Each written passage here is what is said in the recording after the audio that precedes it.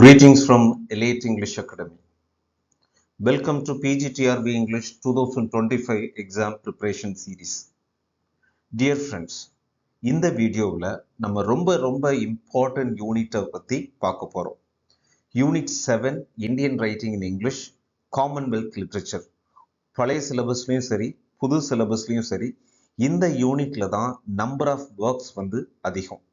இந்த வீடியோவில் என்னென்ன டாபிக்ஸ் புதுசாக ஆட் பண்ணியிருக்கிறாங்க, போன தடவை உள்ள டாப்பிக்கும் இந்த டாப்பிக்கும் ரெப்படிஷன் என்ன, அதில் ஓல்டு கொஷின்ஸில் என்ன மாதிரி கொஷின்ஸ் கேட்டிருக்கிறாங்க, இதை பேஸ் பண்ணி எப்படி அடிஷ்னல் இன்ஃபர்மேஷனை பில்ட் பண்ணலாம், எக்ஸாமுக்கு நல்ல எஃபெக்டிவாக ப்ரிப்பேர் பண்ணலாங்கிற ஸ்ட்ராட்டஜியை இந்த வீடியோவில் பார்க்கலாம். இதுதான் உங்களுக்கு சிலபஸ்.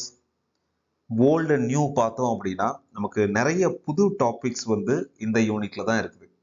ஸோ லாஸ்ட் டைம்ல அந்த பொயட்ரிலாம் என்ன பண்ணாங்க அப்படின்னா ஒரு கலெக்ஷனை கொடுத்து இந்த கலெக்ஷன்ல இந்தந்த ஆத்தர்ஸோட புக்கு அப்படின்னு கொடுத்துட்டாங்க. அப்போ நமக்கு சின்ன சின்ன போம்ஸாக நிறைய இருந்தது.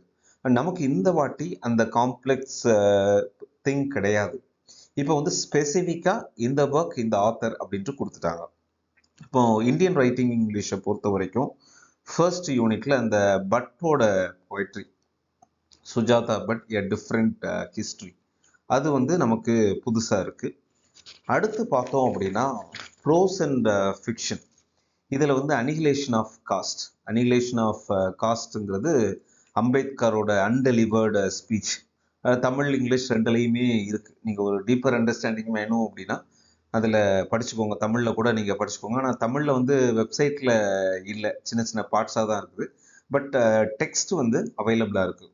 குறிப்பாக ஒவ்வொரு இந்தியனும் படிக்க வேண்டிய ஒரு புக் அப்படின்ட்டு சொல்லுவோம்.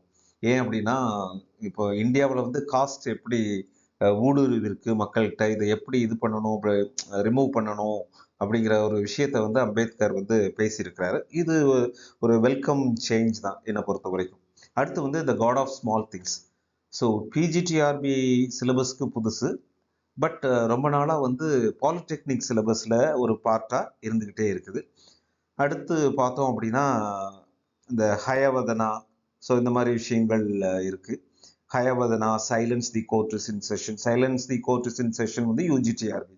அடுத்து ரூடாலி. ரூடாலியில் ஆக்சுவலி நமக்கு நாவலும் இருக்குது. அந்த நாவலாக சின்ன நாவலாகவும் இருக்குது, ட்ராமாவும் இருக்கு. மகாஸ்வேதா தேவி அவங்க பெங்காலியில் தான் எழுதியிருப்பாங்க. ஸோ அது டிரான்ஸ்லேட்டட் வெர்ஷன் தான். இப்போ இதில் ட்ராமாவுக்கு கீழே கொடுத்துருக்குறாங்க. அதனால ட்ராமாவில் உள்ள அந்த ஜானர் தான் நம்ம படிக்கணும். அடுத்து மகேஷ் தத்தானியோட டான்ஸ் லைக் எ மேன். இது யூஜிடிஆர்பியோட சிலபஸ். ரூடாலி எதுலேயும் சிலபஸ் கிடையாது இதுக்கு முன்னாடி. இப்போ dance like a man UGTRB. அப்படியே காமன்வெல்த் லிட்ரேச்சர் வந்தோம் அப்படின்னா ஸோ நமக்கு போய்ட்ரியை பொறுத்த வரைக்கும் சாங் ஆஃப் ஹோப் அப்படின்னு ஒரு விஷயம் இருக்குது. ஸோ இது புதுசு. அடுத்து second one, so what is that, waltzing Matilda. So அதுவும் புதுசு. அடுத்து ஜூடித் ரைட்டோட ஒரு புது போம் இருக்குது. ஜூடித் ரைட் இங்கே இருக்காங்க. ஸோ ஜூடித் ரைட்டோட ஒரு புது போம் இருக்குது. அது போக நமக்கு ஆஸ்திரேலியாலாம் ஏற்கனவே இருந்ததா, மீனிங் ஆஃப் ஆஃப்ரிக்கா இருந்தது. ஸோ இது வரைக்கும் போய்ட்ரி ஓரளவுக்கு ஓகே. போய்ட்ரியில் நமக்கு ரொம்ப டிஃப்ரென்ஸ் இல்லைன்னு வச்சுக்கோங்க. ட்ராமாவில் கொஞ்சம் படிக்கிறோம் இந்தியன் ரைட்டிங்கில். பட் அடுத்து பார்த்தோம் அப்படின்னா ப்ரோஸ் அண்ட் ஃபிக்ஷன் காமன்வெல்த் லிட்ரேச்சரில் அதில் நம்ம படிக்க வேண்டியது நிறையா இருக்குது. இப்போ பார்த்தோம் அப்படின்னா Godzilla versus post colonial. So இது ஒரு புது இது. டெக்ஸ்ட்டு நம்ம நேரோ டவுன் பண்ணி கண்டுபிடிக்கணும். அடுத்து வாஸ் அந்த நாவலும் அது நம்ம பண்ணணும். அடுத்து ட்ராமா லைன் அண்ட் ஜுவல் எல்லாருக்குமே தெரியும், ஏற்கனவே பல சிலபஸில் இருக்குது. ஆப்ரிக்கன் லிட்ரேச்சர் காமன்வெல்த் லிட்ரேச்சர்னு இருந்தது அப்படின்னா லைன் அண்ட் ஜுவல் இல்லாத சிலபஸே இருக்காது. அடுத்து இந்த எக்ஸ்டசி ஆஃப் ரீட்டா ஜோ நம்ம அது படிக்கணும். அது ஆக்சுவலி எஸ்சிஆர்டின்னு ஒரு எக்ஸாம் டிஆர்பியில் இருக்குது. அந்த எக்ஸாமோட சிலபஸில் இந்த எக்ஸ்டசி ஆஃப் ரீட்டா ஜோ ரொம்ப அழகான ஒர்க்கு. இந்த நீங்கள் ஒரு தடவை டெக்ஸ்ட் படிச்சுக்கோங்க, தட் இஸ் வெரி யூஸ்ஃபுல். அடுத்து ஸ்டோலன். இது புதுசு. இப்போ இது வரைக்கும் பார்த்த யூனிட்ஸ்லேயே நம்ம நிறைய நம்பர் ஆஃப் ஒர்க்ஸ், புது ஒர்க்ஸ், அதுவும் வால்யூமினஸ் ஒர்க்ஸ் படிக்க வேண்டியிருக்கு அப்படின்னா அது இந்த யூனிட் தான்.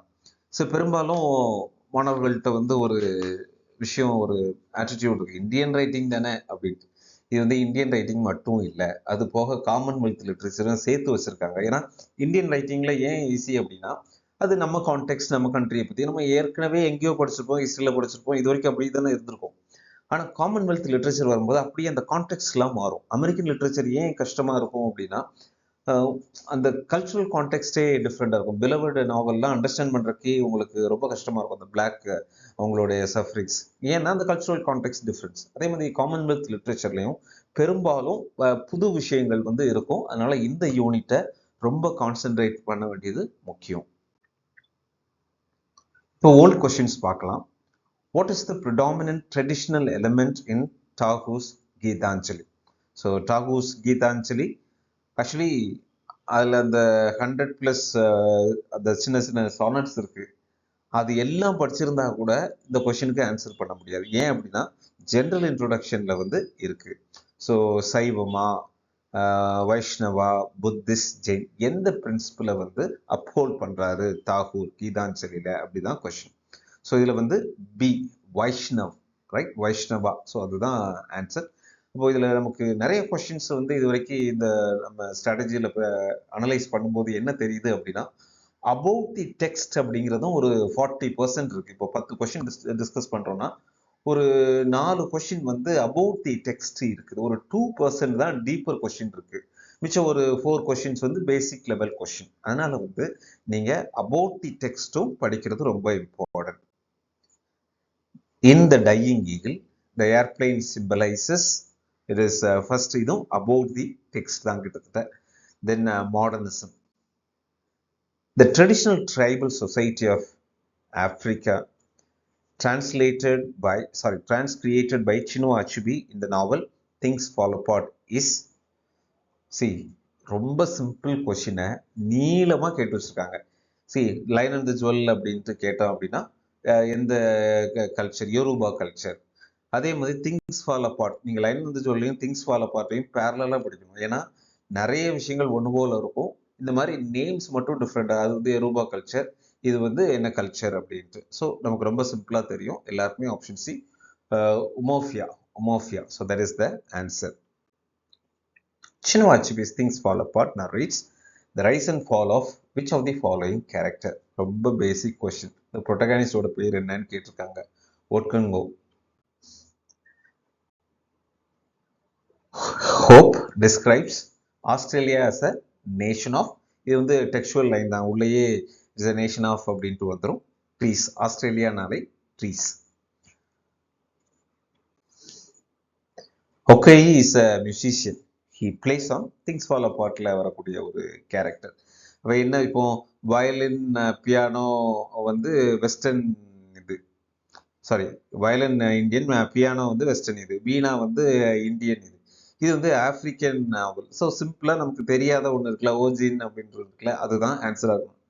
ஸோ இந்த மாதிரியும் சில டைம்ல நமக்கு ஆன்சர் தெரியலனா கூட நம்ம நேரோ டவுன் பண்ணிட முடியும். ஸோ இந்த ஆன்சர் வந்து, ஸோ இது எப்படி இருக்கும் அப்படின்னா, 2 குழாய் மாதிரி ஒன்று வச்சிருப்பாங்க. இந்த பிக்சர் பாருங்களேன், அந்த ஒரு இரும்புல வந்து சுத்திட்டு குழாய் மாதிரி வச்சிருக்காங்க, நடுவில் கை வச்சு பிடிச்சிருக்காங்க, அதுலேயே அந்த கம்பு அட்டாச் பண்ணிட்டு நம்ம பறை அடிக்கிறோம்ல, அதே மாதிரி இது 2 குழாய் தொங்க போட்டுட்டு அடிக்கிறாங்க. இதுதான் அந்த ஓஜின் அப்படிங்கிற இன்ஸ்ட்ருமெண்ட். இதை பிளே பண்றது யாரு அப்படின்னா Okoye in things fall apart. Dear friends, இந்த யூனிட்டை பொறுத்த வரைக்கும் நமக்கு நிறைய புதுசாக படிக்க வேண்டியிருக்கு. இன்னொன்று, இந்த டிஃபிகல்ட்டி லெவல் வந்து ஏன் ஜாஸ்தி அப்படின்னா நம்பர் ஆஃப் ஒர்க்ஸை பேஸ் பண்ணிடல. நம்பர் ஆஃப் ஒர்க்ஸ் ஒரு 2 நாளைக்கு 4 நாள் உட்காந்து படித்தோம் அப்படின்னா இது அந்த நம்பர் ஆஃப் ஒர்க்ஸ் காம்பன்சேட் பண்ணிடலாம். ஆனால் இதை அண்டர்ஸ்டாண்ட் பண்ணுறது ஏன் அப்படின்னா கஷ்டம் அப்படின்னா அந்த கல்ச்சுரல் கான்டெக்ட் தான். அதனால படிக்கும்போது நல்ல அந்த பேக்ரவுண்டு, கல்ச்சுரல் கான்டெக்ட் எல்லாத்தையுமே சேர்த்து படிச்சுக்கோங்க. அப்படின்னா கண்டிப்பாக உங்களுக்கு எக்ஸாமுக்கு யூஸ்ஃபுல்லாக இருக்கும். இந்த மாதிரி விஷயங்கள்லாம் எங்களுடைய கோர்ஸ்லையும் இருக்குது. ஒருவேளை நீங்கள் ஜாயின் பண்ணணும்னு நினச்சிங்கன்னா இந்த நம்பருக்கு கால் பண்ணுங்கள். Thank you, all the best, have a nice day.